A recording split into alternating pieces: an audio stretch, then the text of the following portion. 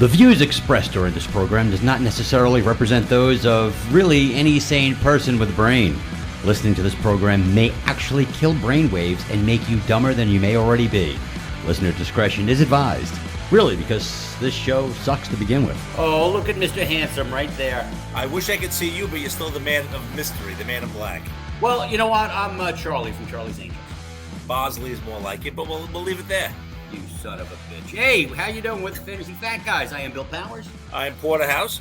And together, we spew nonsense about sports, but especially some fantasy stuff we pop in because we think we're great and we're really not. And we're glad that very few of you listen. So, I mean, right now we're 8th and 9th in our league. So, I mean, we could give you a really slightly below average answer so far. Would you like go with, are you really going to go with below average? Poor. We'll go with poor. Definitely. It's poor. Very, very poor. So, anyway, you can get us on Spotify if you want us. You can get us on iTunes if you want us. Can't get us on Facebook anymore because Mr. Zuckerberg is a douchebag. Pretty much. I mean, I think that was a given beforehand, but now it just clinched it. Now he really is. Yeah. So now that he's affecting with the dozens of people that want to hear our show. And right. I'm exaggerating when I say dozens. No, I know.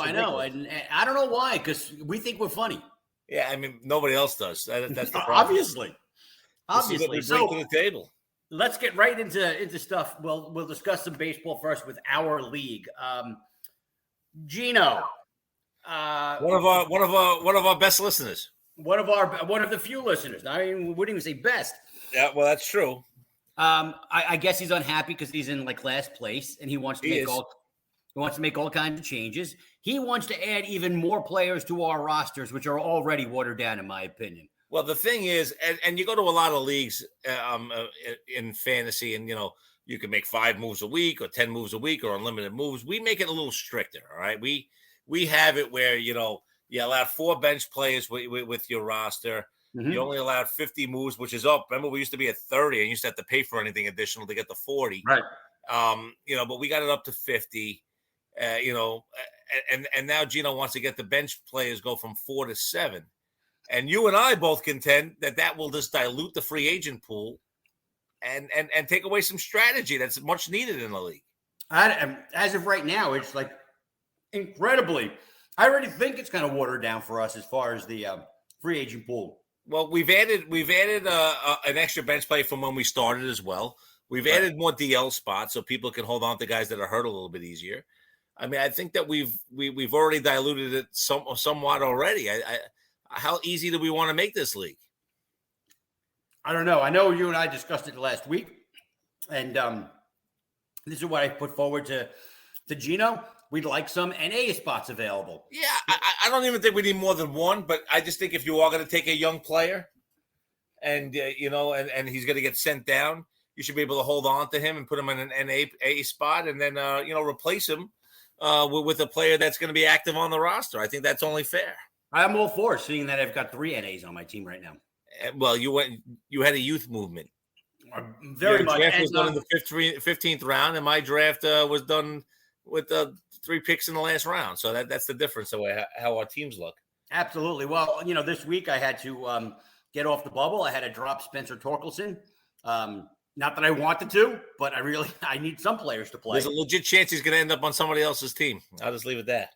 Well, seeing that every other move that I mentioned during the show, you seem to make. So, well, the thing is it's not my fault that you and I think alike on this crap and we like the same damn players. No, we don't think alike. You just like to take my stuff. Yes, I take your stuff. You are an unoriginal douchebag.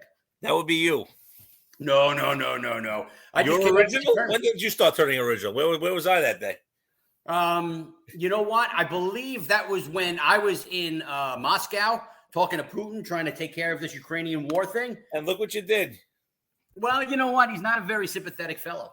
Look what you did. We're going to send you to North Korea next. He's not listen, I understand where Gino's coming from, and he wants it to be where, you hold on to a player. He's in a slump. You can put him on your bench, have other guys to start. I just think that, we don't need a roster of 28, 30 guys. We just don't. Like you said, I think it takes away from as it is that we're not doing head to head. So you have to have some kind of strategy during the long. It's a marathon, not a sprint. I mean, that's the whole thing. If you had an extra 3 bench players, there's no way you release Torkelson. You wait for him to get hot. Right. And it's not really that hard to do. Like, eventually he's going to hit, and eventually he'll be on my team. It's one of those things that we have to do. I mean, right now I have Abrams who made the Padre roster, but now he's been sent down. Now he's in NA.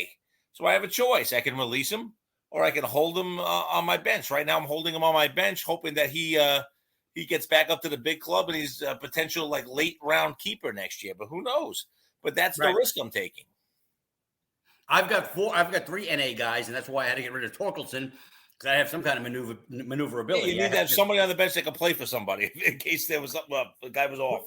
Yeah, pretty much so. I think this week what I decided to do, I decided to get rid of Torkelson. I ended up getting a couple of relievers because we have holds in our league, and right now I've got 2 holds. Finally, I finally got. So you're not in last place. Actually, the 2 holds put you at like 3 or 4 points. Well, because I picked up Clay Holmes, and he's gotten me exactly 2 wins, no holds. Yeah, I'm actually not doing badly in holds, but all my guys went down, so I'm just down to 1 guy getting holds now. Right. But, you just try to work it out that way. You and I, we're a little bit more. We want the league to be a little more challenging, and a little bit more difficult. That's right. All. Now I got a question. What the hell is wrong with Jose Berrios? He sucks this year. Out of nowhere. And you made this big claim about all this great pitching you picked up. And I got shit. I mean, my pitching is the second worst in the league in both ERA and WHIP. So I can't talk. Congratulations on that. Zach Wheeler hasn't exactly been good. Logan Webb's been starting to get hit. Dylan Cease gave up, 8 runs in 4 innings yesterday? I mean, but he struck out 11. He did strike out 11, though. He did in 4 innings. You take it. I have the number 1 amount of strikeouts on my team, but nothing else really going for me. Congratulations. Well, you know what? If we quickly look at our standings right now, let's see. We've got come on, there we go, load up. John's team, somebody who we always laugh at, not so far. No, John won this thing 2 years ago. It's not like he's that far off. Yeah, he was the guy, though, that was trying to trade away his team in May of last year. Yeah, he has to wait till June 15th this year. But now he's in first place. Him and the Freed boys are the top 2. Right. And then there's like a little race for third with Shag and David and the Admiral and there's a and the commission. There's a 3-way race for 4th place with 83 points between the Pimps and Hoses.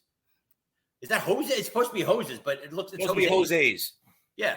The Admiral and of course the commission, and then I'm sitting there you're in the 7th spot, Kevin in the 8th spot, me in the 9th spot.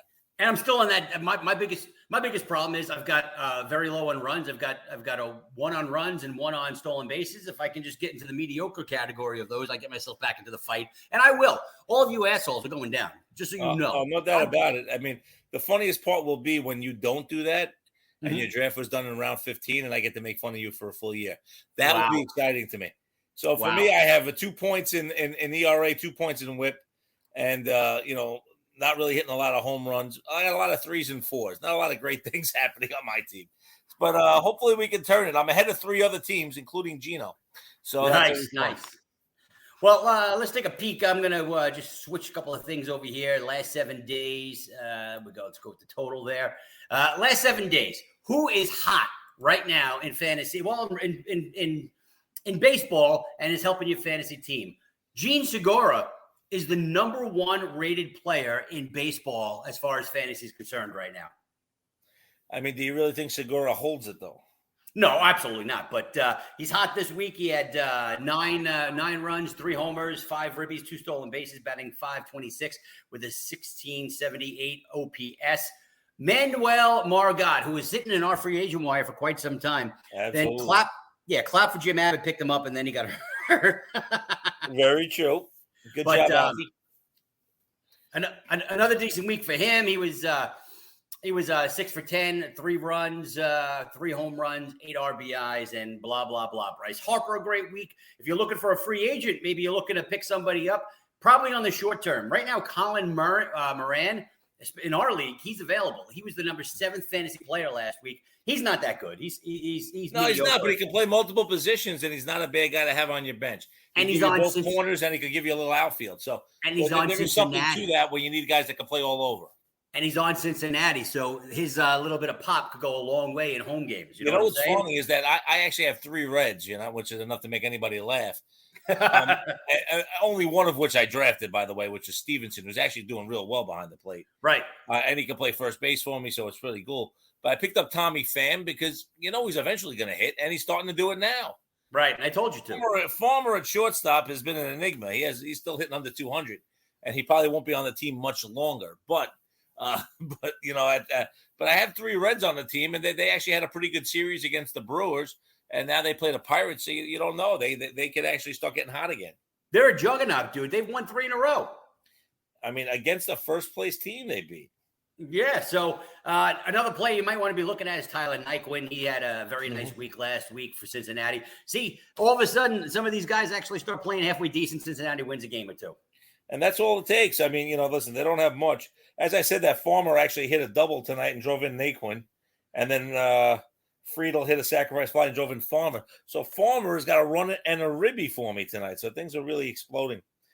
Well, he might be getting up to the Mendoza numbers. You're going crazy. As far as home runs are concerned, it was a tie for the week between Colin Murray and Giancarlo. So that worked out well for me. RBIs, it was, let's see, Colin Murray and Giancarlo again with your buddy Tyler Stevenson right behind him. Stolen bases last week. Big guys. You had Kyle Tucker. This guy's phenomenal, Kyle Tucker. He started off slow. Remember the Yahoo was like, oh, you can get him cheap. We're like, what the hell are you talking about? Yeah. Who the hell's going to trade a guy that you drafted in the first or second round cheap in April? Nobody. And, Acuna had another you're dumb. So if you're listening and you do that, you're stupid. Right. Acuna, he's actually not playing today. He's got a little bit of a groin issue, but he's obviously back. 5 stolen bases. You were worried about him running. It's not going to be an issue for him. He had a very good week this week. Yeah. It's funny. Manny Machado's got 5 stolen bases on the year. Yeah, all of a sudden. I mean, he doesn't look svelte or anything like that, but he knows how to run the bases. Give him that. Let's take a look at some of the guys who, you're sitting there scratching and you're saying, oh, crap, why are they on my team? Because they really, really suck. Let's take a peek for the week. Come on, computer, update here. I love it when the computer works with us like this. I hate computers. Charlie Blackmon had a horrible week. He's on your team. Congratulations. Yes, he is. And that's what should happen. Yeah, 1 for 19 for the week with a ribby. So that's good for you.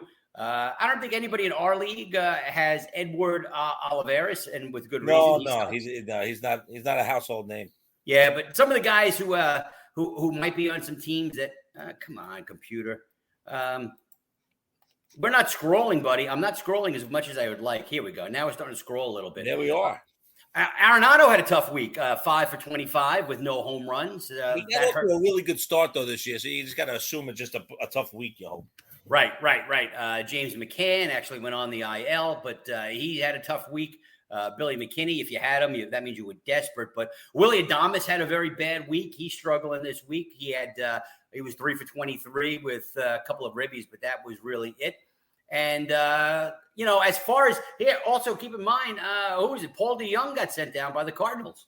Yeah, no, I was a little surprised at that, but I guess they've just had enough of a shortstop hitting 224. I know he has some pop, but just not consistent. And I guess the guy was waiting for Goodson, I think his name is, to come on up, and he was not the guy who came up with that. No, I guess they needed a little more seasoning, as they say. Right.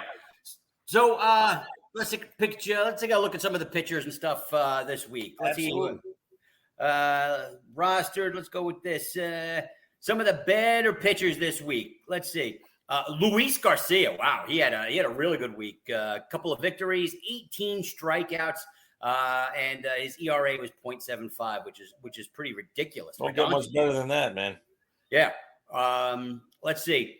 Well, as far as relievers concerned, Clay Holmes had a very good week for me. He didn't give up any runs, got a couple of victories, no holds, but that's besides the point. Let's take a look here. The winners. Who had most wins? You had Brian Abreu, another reliever for the Houston Astros. Got a couple of cheap wins in 3 innings. Miles Mikolas, 7 innings. He gave up, let's say, an ERA of 1.29. So that was